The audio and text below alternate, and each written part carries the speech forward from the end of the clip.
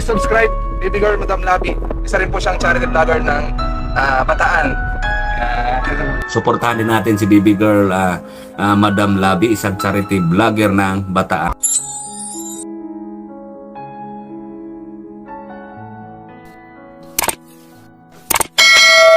Isang mapagpalang araw po sa ating lahat mga kalabi.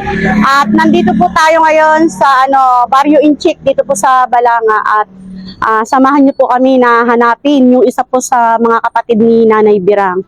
So si Nanay Birang po ay bali 30 years na po siyang nawawala or 30 years na siya na umalis buhat doon sa Antique, sa Idjaw Antique. Tibiao, Antique, no? So ngayon nabalitaan namin na dito daw po nakatira yung isa sa mga kapatid niya. Kaya tara mga kalabi, samahan niyo po kami.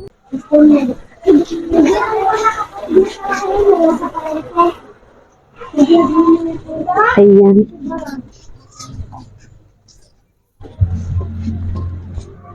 Saan diretso? Diretso.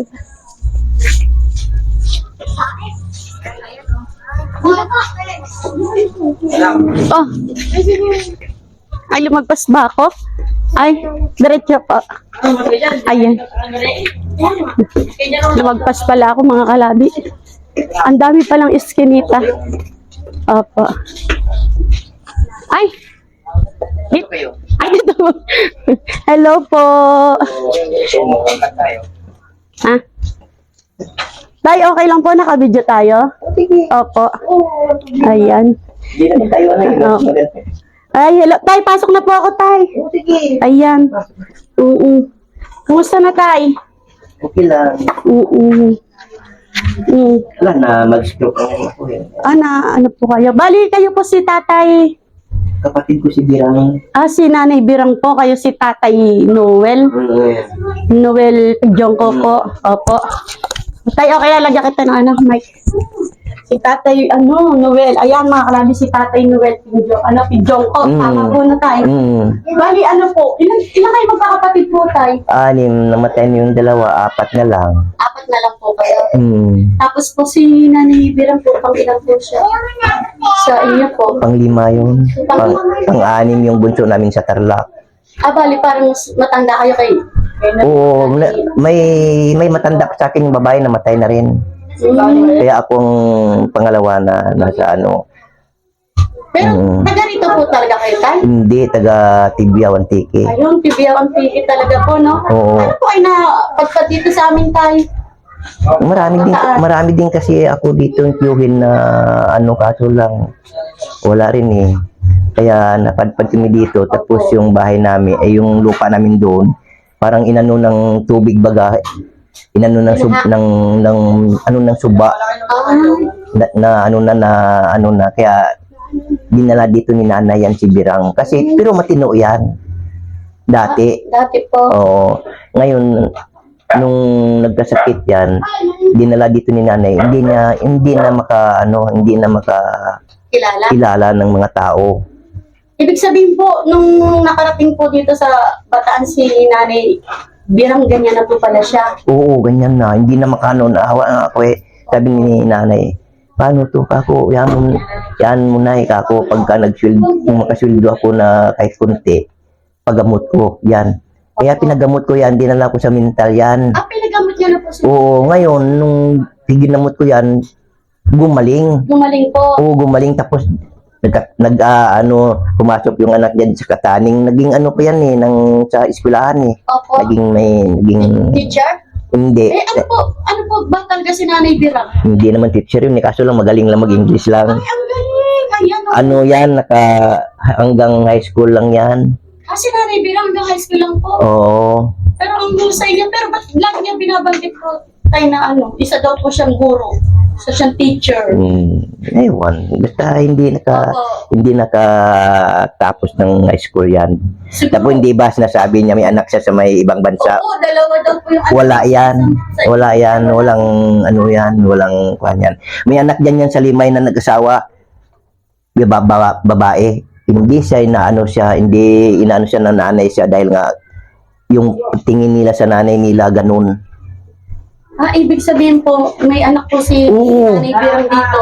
Sa Pero may- parang hindi siya kinikilala. Hindi, kahit nasa may Maynila, yung mga anak niya dyan na mga lalaki, hindi siya kinikilala.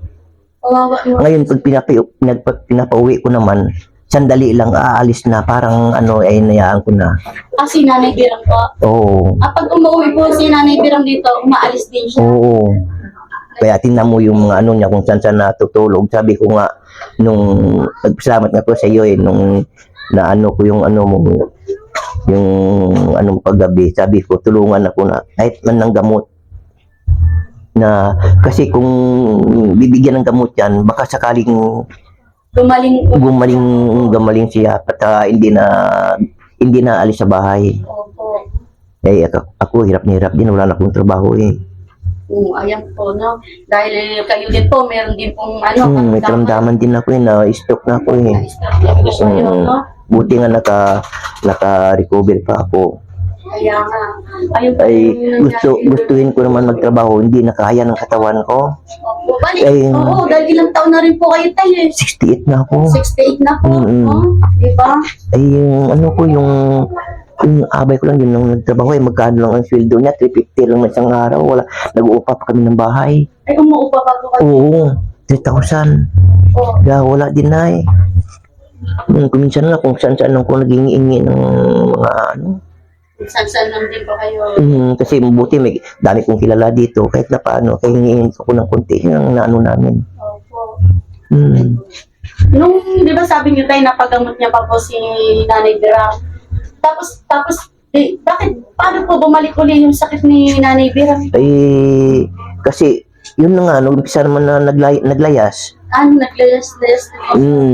pero dati hindi naman naglalayas yan Pero nung hindi kaya, di ba sabi niyo, sa gamot yung iniinom, hindi kaya napalya na sa gamot? Napalyan na nga, wala na akong pangsuporta nga, dahil ako lang namimili ng gamot. Yung mga kapatid ko, may kapatid ako sa Maynila na babae, may kaya sa buhay, hindi naman nila tinutulungan. Oo. Napagamot na po ni Tatay Noel si Nanay. Ako lang nagbumamot yan, hindi nagkasama yung mga kapatid ko dahil ayaw nila. Bali, dinala nanggaling si Nanay Birang sa Tibiao, Antique. May sakit na po siya, no? Tapos dinala dito sa Bataan. Sa kanya po Oo, tapos yung anak na babae na maliit na ganyan yun. Malilito po yung anak niya. Oo. Kaya ko na lang po sabi nung nasa live po kami, ang sabi, 30 years na daw po na nawala si Nanay Birang sa Tibiao. Oo, tagal na yan. Oo. Oo, palang ganun, no?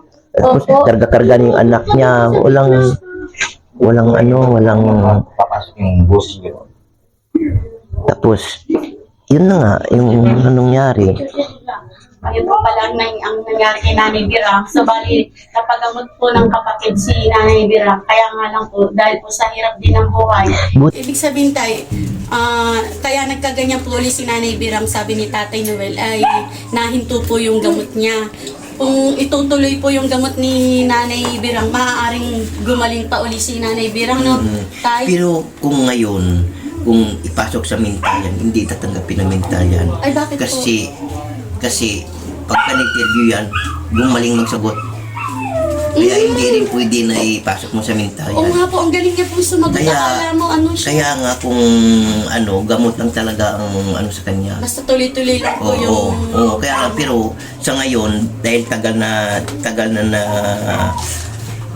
hindi nakainom ng gamot, pero dapat yan dadalhin doon para mapanibago yung kumbaga parang ipapacheck up ulit siya.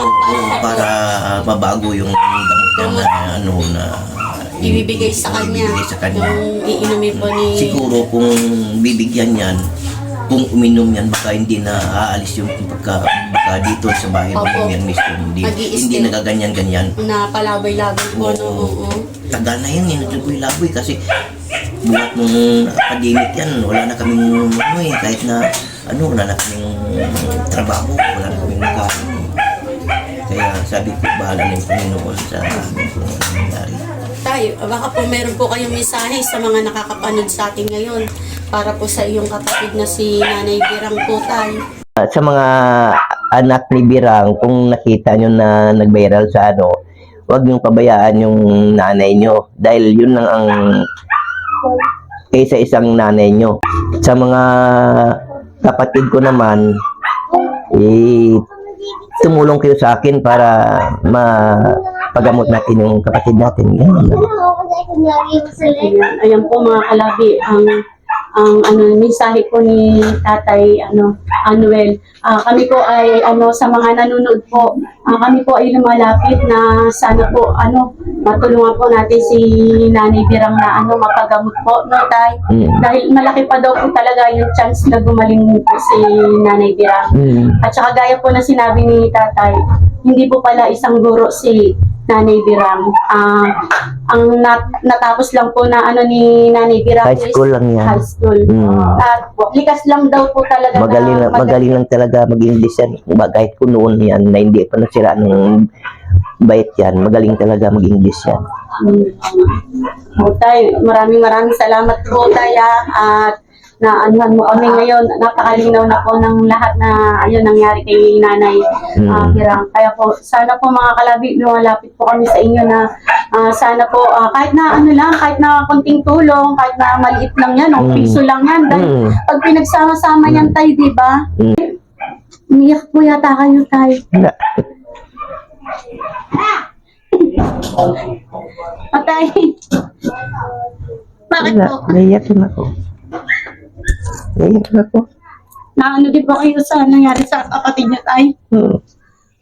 Nasasaktan din kayo sa nakikita niyo kay Nanay Birang? Siyempre, kapatid niyo yun din yung rin kagusto na makita si Nanay Birang na nagkalat sa kalipuno na maging isang palaboy. Kaya lang, siyempre wala rin po kayong magawa dahil meron din po kayong sakit. Nagagamot din po. Hindi ko yung kaya eh. Kaya sana po matulungan po si Nanay Birang po sa gamot sana po niya, no? Yun ang manangiling ko sa iyo. Na matulungan ako.